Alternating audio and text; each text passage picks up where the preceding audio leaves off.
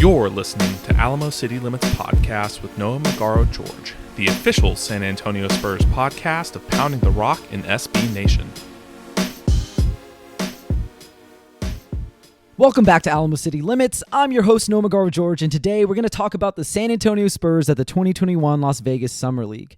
As you probably know by now, I was in Vegas to cover the Spurs from the 7th through the 13th, and I'm still a little jet-lagged, but now that I've got a full day of rest under my belt, I'm about ready to break down what I saw from San Antonio Summer League roster, starting with the star of the show, Tre Jones.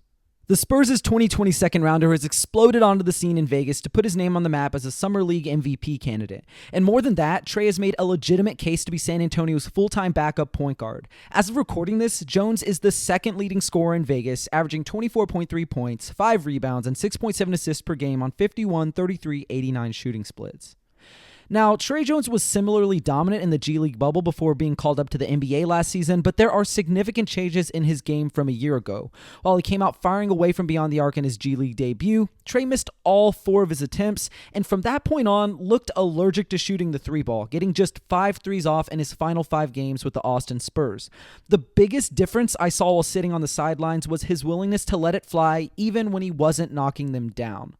3 games is a small sample size, so that could change. But Trey told me something during one of the post-game press conferences that really stuck with me. He said, quote, "I want to have a big role at the next level, like I've always had. So in order to do that, I got to work on all areas. My jump shot is the best it's ever been. I'm the most comfortable I've ever had it right now, and I'm continuing to grow in that area," end quote. Trey isn't just talking the talk here, he's proving how hard he's worked since last season ended. Not only is Jones clearly more comfortable in catch-and-shoot situations from three-point land, but he's made noticeable strides shooting off the dribble from mid-range. He showed flashes of improvement to his in-between game against the Timberwolves and Bulls, and he showed an expansive arsenal versus the Hornets. Thursday was his tour de force at the 2021 Summer League, and he dropped 34 points, 8 rebounds, and 9 assists on a helpless Charlotte squad. The 6'1" point guard picked apart Tre Jones on switches, using a wide array of crossovers, step backs, hesitations, and behind-the-back dribbles to create space to get his shot off against taller defenders. He also showed off a blistering first step, getting to the rim at will with James Bouknight and Grant Riller all over him, and using floaters, euro steps, and crafty mid-air ball manipulation to keep defenders from sending his shots away at the rim. And because opposing defenses have had to focus on stopping Trey from getting where he wants when he wants, he has been able to leverage his newfound scoring prowess into playmaking opportunities. His assist numbers are down from the G League bubble, though I think that's a little misleading with how poorly his teammates have shot through the first couple of games in Las Vegas.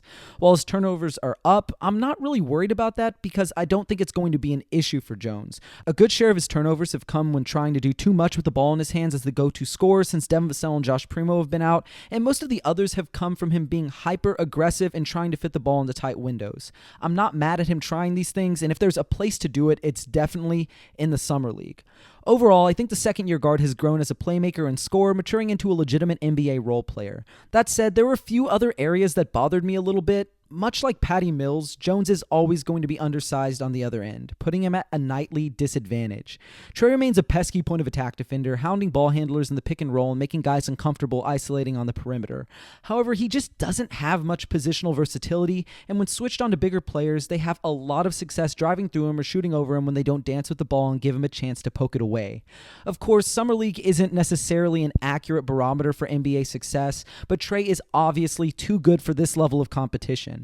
If he can maintain this type of play in a reduced role for San Antonio, there's no reason he can't run the second unit offense or act as a spot starter when DeJounte or Derek sit. Where the Spurs might run into trouble is if Trey reverts to his previous tendencies of solely relying on getting to the rim to generate offense. Take away a semblance of three-point threat or stop shooting mid-range jumpers, and suddenly Trey becomes a lot more predictable. Hopefully he continues to build confidence as we approach training camp in the preseason, because I think his role can be scaled down successfully if the Spurs ask him to act as a secondary scorer and primary facilitator off the bench. So let's go ahead and discuss Josh Primo. It was a shame that San Antonio's first-round rookie played just one game while I was in Vegas, so I'll talk about my takeaways from that contest and give Spurs fans a few reasons to be hopeful about his development. Primo is brimming with untapped potential. He also oozes inconsistency, and that's nothing out of the ordinary for an 18-year-old. The 2021 lottery pick wasn't at the top of his game in his lone Las Vegas Summer League appearance, but patience and perspective are going to be necessary for the fans who still aren't on board with the 12th overall pick. Primo's on-ball reps were both scintillating and aggravating, and, sometimes Josh strung together difficult dribble combinations that left defenders in the dust and my jaw on the floor. But there were also possessions where he displayed his ambidexterity, whipping one-handed live dribble passes with either hand, a talent that most seasoned veterans just don't have in their bag. Although this skill may come as somewhat of a surprise, Josh Primo told me operating as the primary initiator is, quote, something I've been doing my whole high school career. I've always played on ball. Going into Alabama, I took a different role and accepted that to the fullest, and just made sure that I was a great off-ball player. Now I feel like I can do both things, whatever the coach needs of me to do on the floor, end quote. And it appears as though that role at Alabama added a new dynamic to his game. The first thing that stands out when you watch him play off-ball is his shot preparation. Few players his age have their hands ready, feet set, body squared, and butt low to the floor. You may see one or two of those things from a rookie, but the fact that he does all of those things so well and relocates intelligently at 18 is such a great sign for his trajectory. He also showed his age out there, committing avoidable turnovers, and really the only time the rookie looked out of sorts was when he telegraphed a bad pass with the game on the line that led to a deflection and forced Tre Jones into a difficult isolation heave from beyond the arc as the buzzer sounded. But generally, his maturity to remain poised and instantly move on to the next play really stood out to me, not just in Vegas, but in Salt Lake City as well. Could his handle and decision-making use some refining? Of course, but the Canadian guard has a great foundation to build upon. There were certainly mistakes on the other side, though Primo was mostly solid as a defender. He committed a few silly fouls and missed a few rotations in his Las Vegas debut, but he looked good when guarding man-to-man versus similarly sized players, and he kept his head on a swivel, never once losing assignment off ball. He needs to add muscle, but his length and foot speed are dangerous tools that should only become more effective as he fills out that frame. And before we move on to Devin Vassell, here are a few fun facts about Primo. 5 years from now, Josh will be as young as Derek White was as a rookie. And while the 2022 draft is still just a distant thought for now, Primo is younger than more than half of ESPN's top 25 basketball recruits for the class of 2021, including guys like Chet Holmgren, Paolo Banchero, Jaden Hardy, Patrick Baldwin, Kennedy Chandler, and Peyton Watson. So I just thought that was insane. Like, we've been saying this guy is very young for a while, but that just puts it in perspective how young he really is. But moving on to Devin Vassell, he was a little bit of a disappointment in summer league play. The second-year wing was bothered by hamstring tightness in Salt Lake City, and that nagging injury carried over to Las Vegas, where he asked to be removed from the game against the Bulls. We still haven't seen him suit up again, and from what Mitch Johnson said in the last post-game presser, it doesn't sound like the Spurs want to risk his health in any way for a summer league exhibition that doesn't count towards anything, really.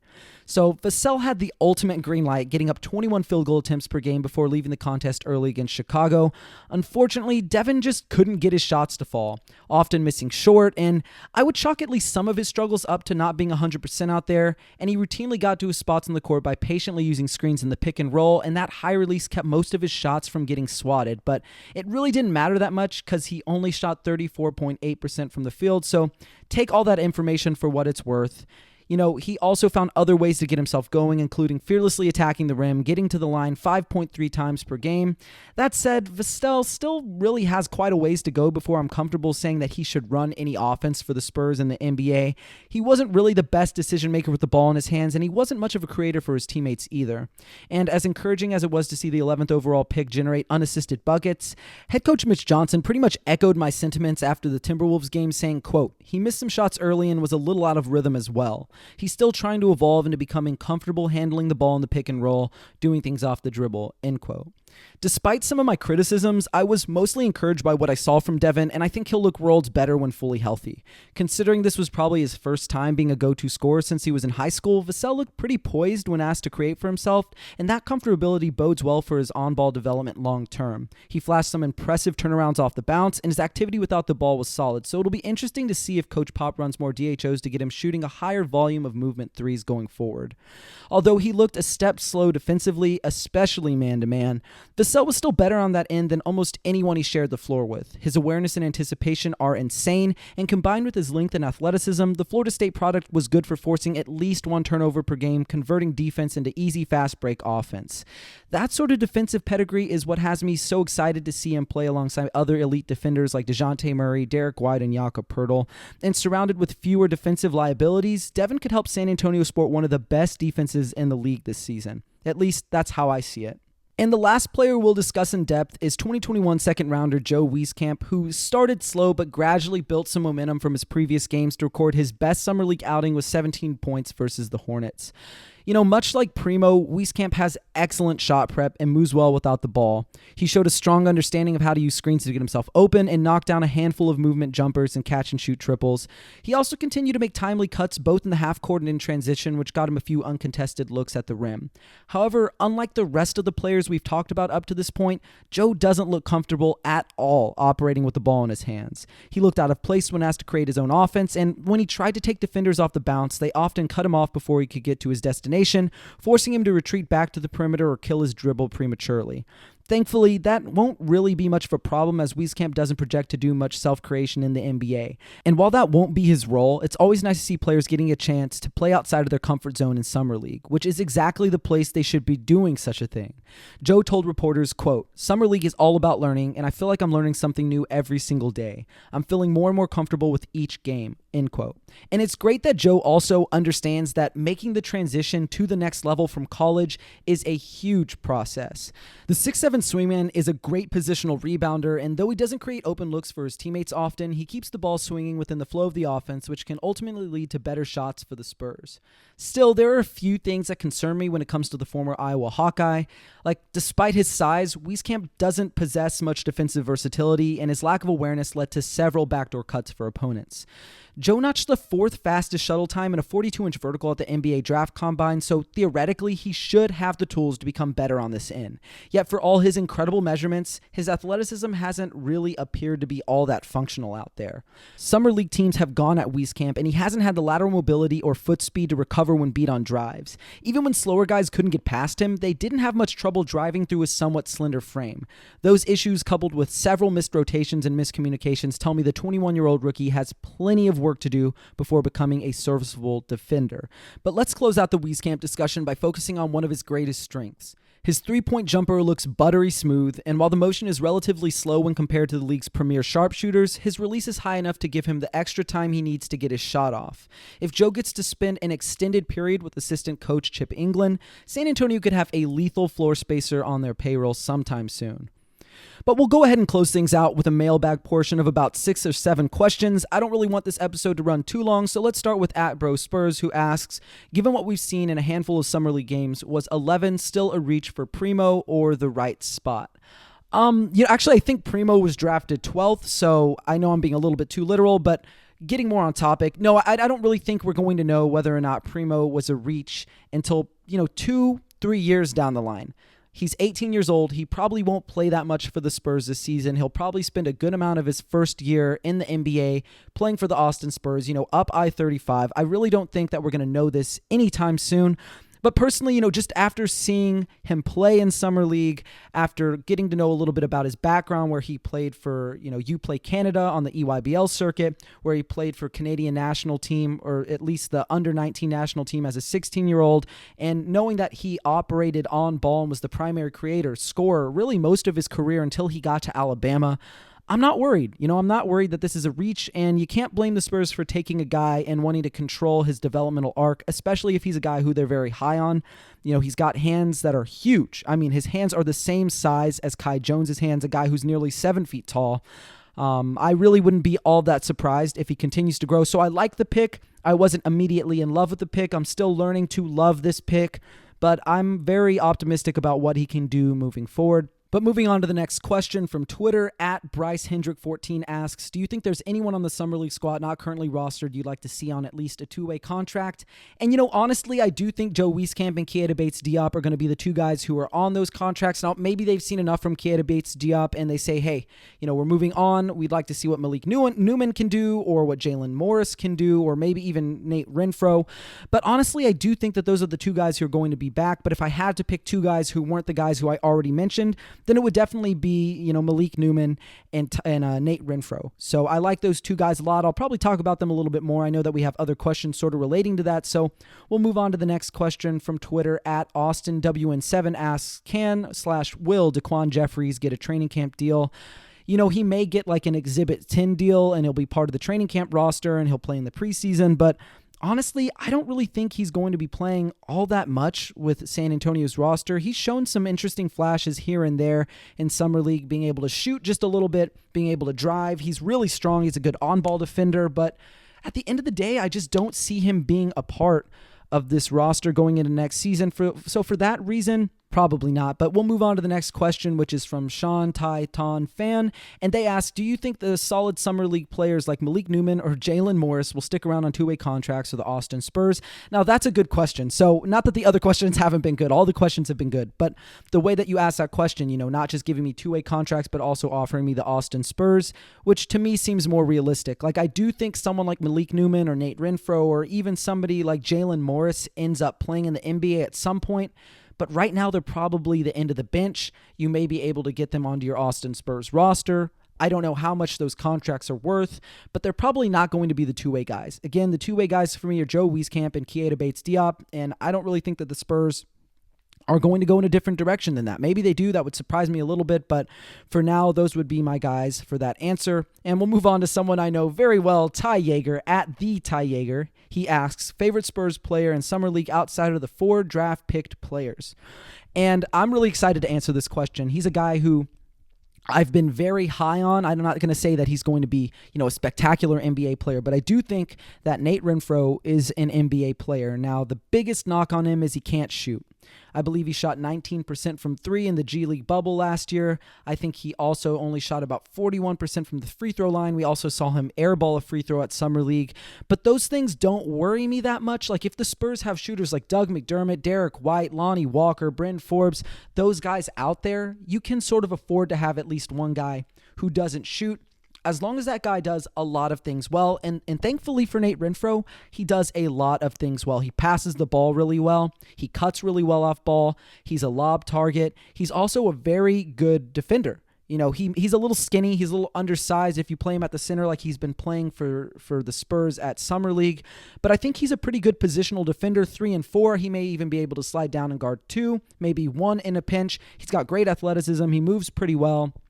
And overall, he's just a player who he just is so good at the game of basketball that it's hard for me to see him not eventually getting a shot to play in the NBA. So he is my favorite guy, Nate Renfro.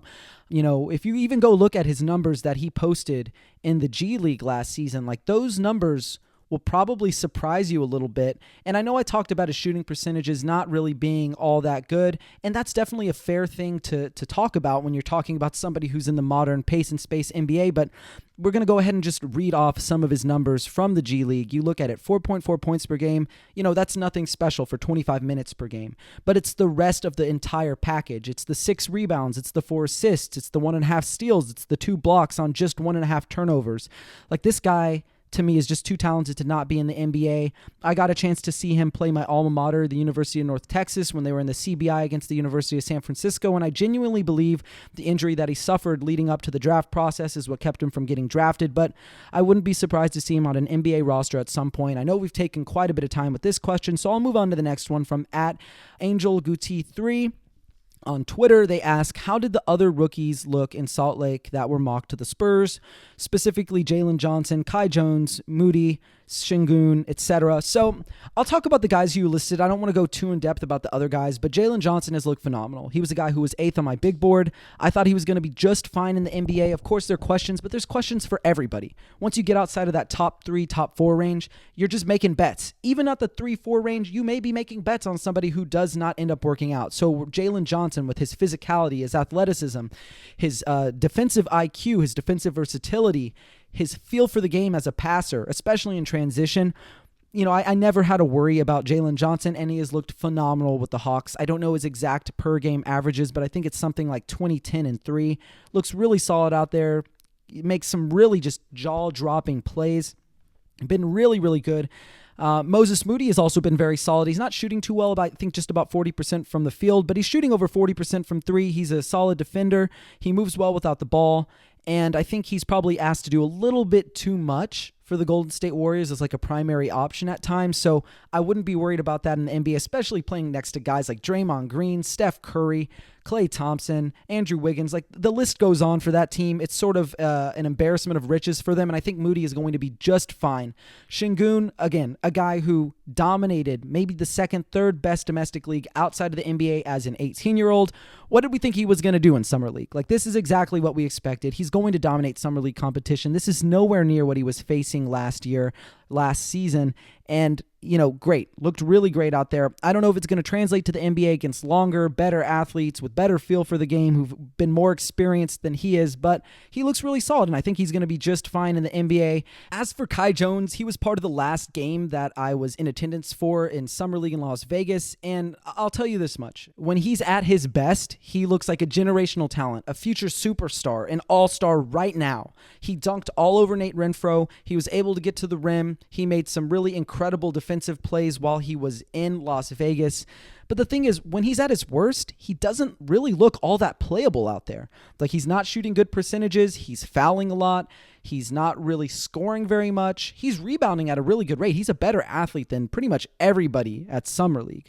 But in the NBA, that's not going to matter that much. In the NBA, you're going to have to be able to play basketball. And one of the things I mentioned during the pre-draft process is, look, this guy is a project. He may get minutes right away. He may play right away, but do not expect productivity. And we haven't really seen that productivity even in this Summer League setting. So, I don't want to say that the Spurs made the right pick. Nobody knows that. We won't know that for a few years, but I'm definitely happy with the Josh Primo pick. I think that they were fine either way. Would Tre Jones have been nice? Would he have been a project that would have been worthy of working on for a few years? Sure.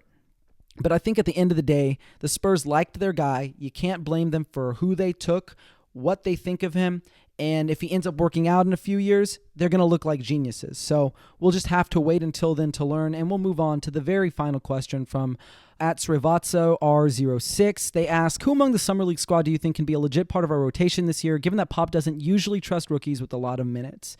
So obviously Devin Vassell and Tre Jones are not rookies, and really Devin Vassell was the only guy who played for San Antonio. I know Tre Jones got into a few games last year, but really Vassell had a pretty consistent role in terms of minutes, not necessarily his role on the court, but just getting minutes consistently. There were games he sat out once Derek White came back, but he was good enough, at least in Pop's eyes, to play him the most minutes per game of any rookie since Kawhi Leonard. And that's not saying he's going to be Kawhi Leonard, but we certainly know that he showed off some self-creation potential. We know what he is on the defensive end. He could probably get even better on both ends. So Devin Vassell is the first guy who we're going to talk about. He's the guy who should be getting more minutes, more shots, a higher volume of touches within this offense, probably with the second unit, maybe with the first if he ends up unseating somebody in the starting lineup. But Devin Vassell, for sure, should be getting more minutes this year. And then we'll move on to Tre Jones, and we won't stick with him too long because we've talked about him pretty extensively at the beginning. Tre Jones should also get more minutes, and we'll see what ends up happening. Does Lonnie Walker get the same opportunity that he probably wants in terms of getting more touches, getting more playmaking responsibilities? I don't know. I think you probably can get him those while moving Trey off ball a little bit, as long as Trey continues to shoot the three willingly. I know the percentages aren't there, 33.3% on 9 attempts through 3 Summer League games, but there is a very high chance that both of those guys are playing within the second unit and that they're getting a ton of touches, a ton of shots, which to me is a good thing because I had a first-round grade on Tre Jones a year ago, and even though he wasn't the top guy on my big board at that moment, and I gave the pick, I believe, a B-, I'm still very happy with the pick. Like, for the reasons that I talked about, if he can continue to shoot, continue to score at a good level, he's added the mid-range game a little bit. Being a 3-level scorer is not easy, and I'm not saying that's what Tre Jones is right now, but he's making progress towards that, so he should earn more minutes. As for the other guys, I talked about it just a little bit earlier, but I think Josh Primo is probably going to spend most of his rookie season in Austin just getting as many touches, as many shots, running the offense, really with almost no consequence, really just letting him learn on the fly, and I think that's probably what's best for him. And in terms of Joe Wieskamp, it's tough because he has been a defensive liability in Summer League, which does not bode well for his NBA defensive projection, but he said he's working hard on trying to improve those areas. He knows what he needs to work on. And hopefully one day we see him with the Spurs, and maybe that's this year, towards the end of the year, sort of like we saw with Tre Jones, because he's a very, very good shooter. Of course, that shot needs to be sped up just a little bit, at least the form does. It's a slower motion. I think he could afford to speed that release up, but everything else about the shot looks good. The shot prep, the form itself. So that would be my answer for those questions, and I just wanted to thank everyone who helped make my trip to Vegas possible. In total, my friends, family, and members of Spurs Nation raised nearly $2,000 to get me to Summer League, and my first experience there was nothing short of phenomenal. As promised, I'll donate the remaining funds to the Trevor Project, but since there was only about $40 left, I went ahead and took $210 out of my account so we could donate $250 to a cause that's near and dear to me.